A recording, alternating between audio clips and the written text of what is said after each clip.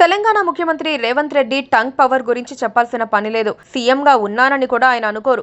ఇష్టం వచ్చినట్లుగా మాట్లాడుతూ ఉంటారు. ఇప్పుడు ఆయన మాటలే పెద్ద మైనస్ అవుతున్నాయి. బీహార్ ప్రజల గురించి ఆయన గతంలో చాలాసార్లు అనుచితంగా మాట్లాడారు. ఇప్పుడు అక్కడ ప్రజలకు వీటినే చూపిస్తున్నారు అక్కడి పార్టీల నేతలు. ముఖ్యంగా ప్రశాంత్ కిషోర్ దీన్నో ఆయుధంగా చేసుకున్నారు. ఎన్నికల స్ట్రాటజిస్ట్ నుంచి రాజకీయ నేతగా మారిన ప్రశాంత్ కిషోర్ కు రేవంత్ రెడ్డి ఓ ఆయుధంగా మారారు.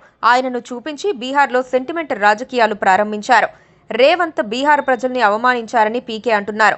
ఇటీవల తెలంగాణ ముఖ్యమంత్రి రేవంత్ రెడ్డి బీహార్లో ఓటర్ అధికార యాత్రలో పాల్గొన్నారు.